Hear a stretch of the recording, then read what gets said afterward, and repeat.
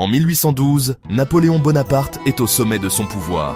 Son empire domine la majeure partie de l'Europe et sa grande armée, forte de plus de 600 000 soldats, se prépare à envahir la Russie.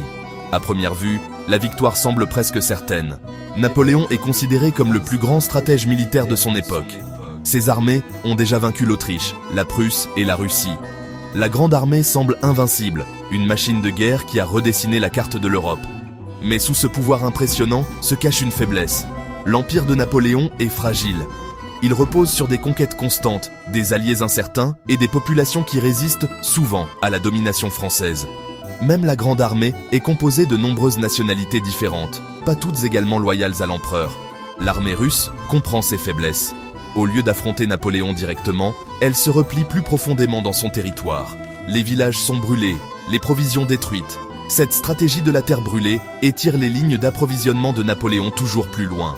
Napoléon atteint enfin Moscou, mais la ville est abandonnée et en feu. Le tsar refuse de négocier. Avec l'hiver qui approche et les provisions qui s'épuisent, l'empereur fait face à une réalité terrible. Rester signifie la destruction, mais la retraite pourrait être encore pire. La retraite tourne au désastre. Le froid, la faim et les attaques constantes détruisent la Grande Armée. Seule une fraction des soldats qui sont entrés en Russie reviendra. La campagne de Russie révèle une vérité fondamentale. L'empire de Napoléon n'a pas été construit sur des bases solides, trop vastes, trop dépendant de la guerre et trop fragile pour soutenir une invasion aussi massive. En fin de compte, la victoire en Russie n'a jamais été véritablement à sa portée.